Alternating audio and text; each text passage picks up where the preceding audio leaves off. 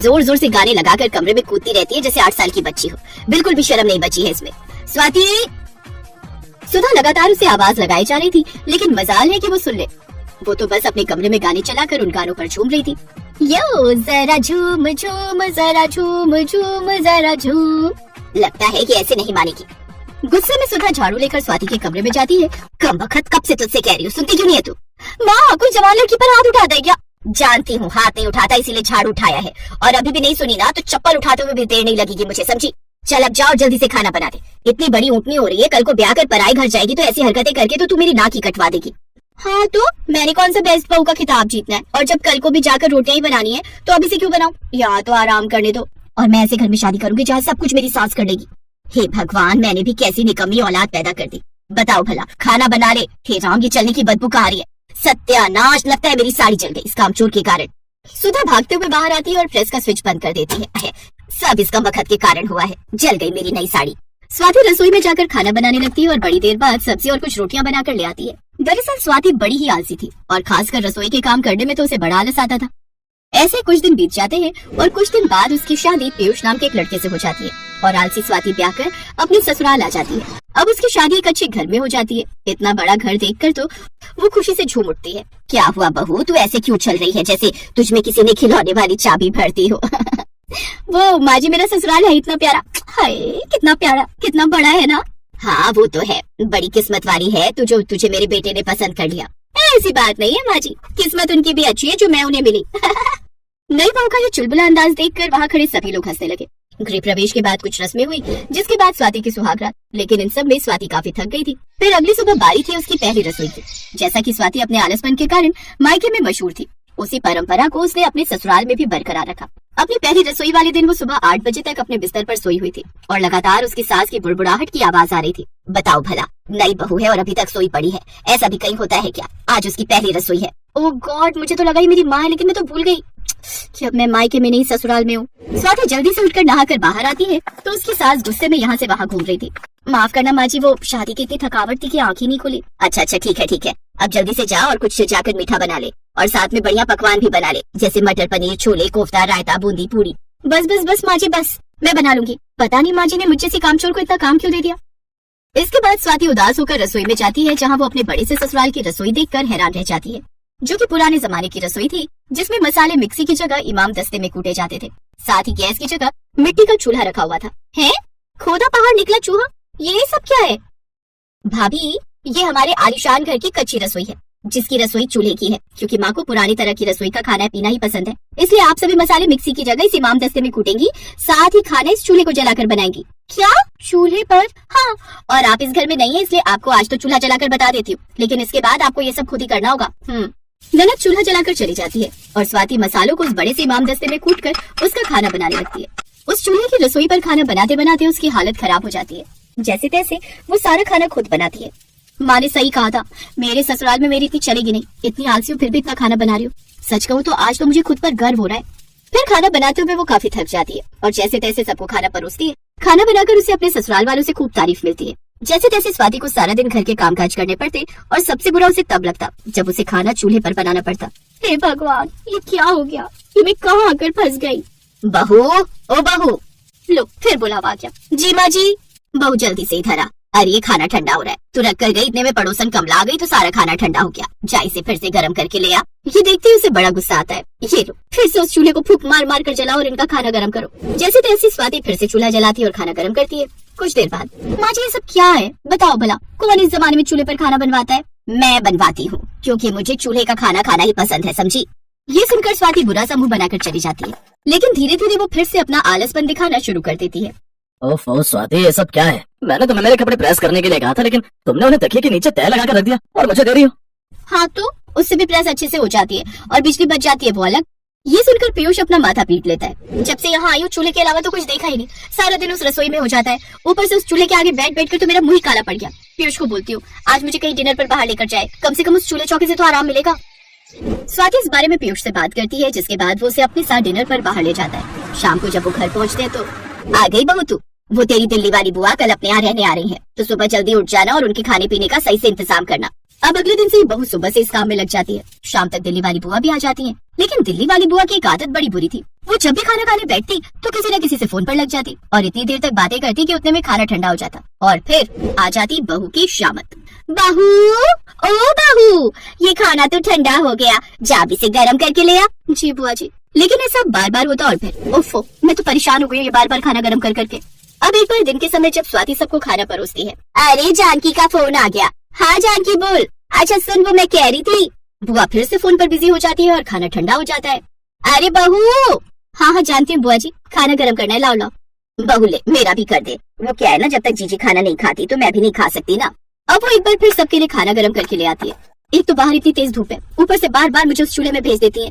तभी स्वाति को एक आइडिया आता है। वो सारा खाना ले जाकर बाहर बालकनी में धूप में रख देती है, जिससे वो सारा खाना कुछ ही देर में गर्म हो जाता है। और ऐसा वो अगले 3-4 दिन तक करती रही। लेकिन एक रोज बुआ सास ने उसे ऐसा करते हुए देख लिया।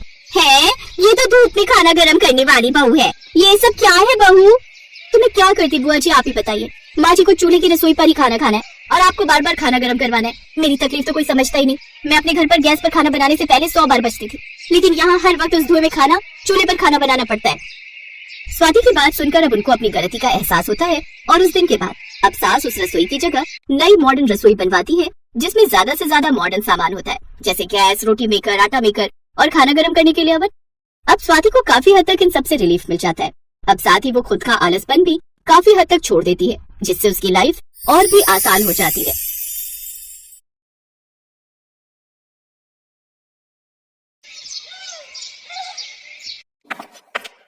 आरती, तुम इस शादी से खुश तो हो ना? जी हाँ। पता है, मैंने जब तुम्हें पहली बार देखा था ना, मैं तभी समझ गया था कि ऊपर वाले ने तुम्हें मेरे लिए ही बनाया है। और संजोग देखो, मेरे माँ बापों को भी तुम पसंद आ गई और शायद तुम्हारे माता पिता को मैं। पर एक बात बताओ, मैं तुम्हें पसंद हूँ ये तुमसे तो पूछा गया था ना? जी नहीं। अरे ये क्या बात हुई? जिसकी शादी होनी है कम से कम उससे तो पूछा ही जाना चाहिए। जी हमारे गाँव में लड़कियों से नहीं पूछा जाता है। ये तो बड़ी गलत बात है। मैंने तो आपको ठीक से देखा भी नहीं था, बस एक नजर ही देख पाई थी। अरे पर तुम तो मेरे सामने ही बैठी थी उस दिन। जी बैठी तो थी, पर नजर उठाकर आपको देखने की हिम्मत ही नहीं हुई मेरी। तो लो, अब देख लो, क्योंकि अब तो कोई चारा नहीं बचा। अब तो हो गया अपना ब्याह, अब तो तुम्हें जीवन भर यही चेहरा देखना पड़ेगा। असल में आरती एक बहुत छोटे से गांव में रहती थी। उसकी शादी बगल के गांव सूरजपुर के रहने वाले अनिल के साथ हुई थी। अनिल बहुत ही भोला और सीधा आदमी था। फिर 2 दिन बाद। अरे वाह, ये पराठे किसने बनाए? क्यों, क्या हुआ? ऐसे क्यों पूछ रहा है? ये आपके हाथ का स्वाद तो नहीं है माँ? ये तेरी भाभी ने बनाया, तभी तो मैं कहूँ माँ ये पराठे बहुत स्वाद बने। भाभी है कहाँ? वो नहाने गई है, आती ही होगी। भाई मुझे तो बहुत खुशी हुई कि भैया को आप जैसी पत्नी मिल गई। ऐसा क्यों कह रहे हैं आप? अरे आप नहीं जानती ने, 1 नंबर के भोलू चंद है। मैं तो हमेशा माँ से कहता था कि देखना कोई लड़की कभी घास नहीं डालेगी ने, लेकिन किस्मत देखो हमारे भैया की, कितनी सुंदर भाभी लाए हैं। लता और हरिया के घर का माहौल बड़ा ही खुशनुमा था। बड़ा बेटा अनिल जितना सीधा और शरीफ था, छोटा बेटा सुनील उतना ही शरारती और मस्करा। धीरे धीरे नई बहू आरती ने अपने स्वभाव से सबका दिल जीत लिया। अब तो आरती और सुनील की भी अच्छी पटने लगी थी। सुनील भैया बताइए, खाने में क्या खाएंगे? आप मुझसे पूछ रही हैं भाभी? हाँ, हर रोज मैं घर के बड़े लोगों से पूछती हूँ, मगर कभी घर के सबसे छोटे से भी तो उनकी पसंद पूछनी चाहिए ना। कसम से भाभी, आज आपने बता दिया कि आप कितनी अच्छी हैं, वरना मुझसे तो यहाँ कोई पूछता ही नहीं कि मुझे क्या पसंद है। वैसे भाभी मुझे ना आपसे एक जरूरी बात करनी थी। हाँ बोलो ना भैया। यहाँ नहीं भाभी, अगर माँ पापा ने सुन लिया तो बवाल हो जाएगा। आप एक काम करो, जब आपका काम पूरा हो जाए तो हम छत पर बात करेंगे। ठीक है, मैं आ जाऊंगी। ये कहकर सुनील छत पर चला गया और फिर थोड़ी देर बाद आरती भी वहाँ आ गई। अरे वाह, छत पर कितना अच्छा लग रहा है ना, कितना अच्छा मौसम है। अरे भाभी आपको इस मौसम की पड़ी है और यहाँ मेरे जीवन में पतझड़ आने वाला है, मेरी मदद करो भाभी। मैं कुछ समझी नहीं भैया। भाभी वो कमलापुर का नाम सुना है ना आपने? वहाँ एक लड़की रहती है ऋतु, मैं उससे प्यार करता हूँ। ये भगवान, ये क्या कह रहे हो भैया? प्रेम विवाह करना चाहते हो आप? हाँ भाभी, लेकिन ऋतु को देखने रिश्ते वाले आने लगे हैं और उसकी जल्दी ही किसी से शादी हो जाएगी। उधर उसकी जान सूख रही है और इधर मुझे चैन नहीं आ रहा। अच्छा, मैं कोशिश करती हूँ। सुनील ने भोली भारी आरती को बड़ा खतरनाक काम सौंप दिया था, पर आरती ने भी अपने सास ससुर से जिद करके उन्हें मना लिया और आखिरकार सुनील की शादी ऋतु से हो गई। ऋतु एक अमीर जमींदार की बेटी थी। ये क्या माँ जी, आप लोग चूल्हे पर खाना बनाते हो? हाँ छोटी बहू। क्या माँ जी, आजकल चूल्हे पर खाना कौन बनाता है? अरे मैं बनाती हूँ ना, तेरी जेठानी आरती बनाती है और हमारे गांव की तो सारी औरतें बनाती हैं। माँ जी, अब तो गैस चूल्हे का जमाना है, न लकड़ी का झंझट, न धुएं की चिंता और न ही फूकने की टेंशन। हाँ वो तो मैंने भी सुना है, पर रोटी में गैस तो नहीं भरती होगी ना? क्या? अरे नहीं माँ जी, ऐसा कुछ नहीं है। इस सब के बाद हम गैस चूल्हे पर खाना बनाएंगे। ठीक है छोटी बहू, जैसा तुम ठीक समझो। उम्र और रिश्ते दोनों में छोटी होने के बावजूद ऋतु सामने से आरती को काम बताती रहती, पर घर में कलेश ना हो ये सोचकर आरती कुछ नहीं कहती। इस तरह धीरे धीरे ऋतु ने आरती और लता दोनों को गैस चूल्हा जलाना सिखा दिया। और फिर एक दिन जब आरती उसी गैस चूल्हे पर खाना बनाने जा रही थी, तभी उसके हाथ से कुकर छूट गया, जिससे गैस चूल्हा थोड़ा चटक गया। ये क्या कर दिया तुमने? चूल्हे पर खाना बनाने वाली तुम्हें चाहे लाख सिखा लो, लेकिन तुम रहोगी गवारी। ये कैसी बात कर रही हो तुम ऋतु? ये गलती से हुआ मुझसे, और वैसे भी मैं तुम्हारी जेठानी हूँ, तुम इस तरह मुझसे कैसे बात कर सकती हो? हाँ तो मैं क्या करूँ? मेरे पापा ने इतना महंगा चूल्हा दिया था मुझे, तुम्हें पता भी है कितने का आता है ये शहर से? ना तो मुझे पता है और ना ही जानने का शौक है, समझी तुम? शौक? अरे पैसा चाहिए, औकात चाहिए, समझी? आइंदा से कभी मेरे गैस चूल्हे को हाथ मत लगा लेना, समझी? ना मेरे चूल्हे को और ना मेरे फ्रिज को। ठीक है ऋतु, अब तो यही सही रहेगा। उस दिन आरती बहुत हुई, उसे ऋतु से ऐसी उम्मीद नहीं थी, पर इतना सब कुछ होने के बाद भी लता ने ऋतु को कुछ नहीं कहा। शाम को जब अनिल काम से लौटा तो आरती उसे छत पर ले गई। ये तो बहुत गलत हुआ तुम्हारे साथ, रुको मैं अभी माँ और ऋतु से बात करता हूँ। मत करिए, माँ जी पूरी तरह से उसकी बातों में आई हुई हैं, और ऋतु के अंदर से भी उसका पैसा और घमंड बोल रहा है। आज से ये छत ही मेरी रसोई है और हम दोनों आज से यही खाना खाएंगे। ठीक है आरती, तुम जैसा कहो, मैं हमेशा तुम्हारे साथ हूँ। पूरे 2 दिन बीत गए, लेकिन बारिश नहीं थमी, जिसकी वजह से पूरे गांव में धीरे धीरे पानी का लेवल बढ़ने लगा और देखते ही देखते उसने बाढ़ का रूप ले लिया। अरे ऋतु देख तो घर में पानी घुस रहा है। अब क्या होगा माँ जी? अब हम क्या करें? सबसे पहले तो रसोई में से अपना गैस चूल्हा हटा, अब ऐसा कर ऊपर छत पर ले चल उसे, वहाँ आरती की रसोई में ले जाकर रख दे उसे, वो मना नहीं करेगी। डर के मारे ऋतु ने गैस चूल्हे को वहीं छोड़ा और अपनी जान बचाने के लिए छत पर भागी। उसने देखा कि लता और पूरा परिवार आरती की छप्पर वाली रसोई में दुबका बैठा है। वो बारिश में भीगती रही, पर आरती की रसोई के अंदर आने की उसकी हिम्मत ही नहीं हुई। बाद में लड़ लेना जितना भी लड़ना है, फिलहाल अंदर आ जाओ वरना बीमार पड़ जाओगी देवरानी जी। ऋतु आखिरकार मजबूर होकर आरती की रसोई के अंदर आ ही गई। फिर आरती ने कहा, शाम को साग और रोटी बना रही हूँ, ऋतु तुम खा लो कि ना, या कुछ और बनाओ तुम्हारे लिए? आरती की बात सुनकर ऋतु की आंखों से पश्चाताप के आंसू गिरने लगे। वैसे ये मिट्टी वाला चूल्हा भी इतना बुरा नहीं है, थोड़ा टाइम लगता है पर खाना अच्छा बनता है इस पर। भाभी आप सिखाएंगे मुझे इस चूल्हे पर खाना बनाना, क्योंकि मेरा गैस चूल्हा तो नीचे ही रह गया पानी में।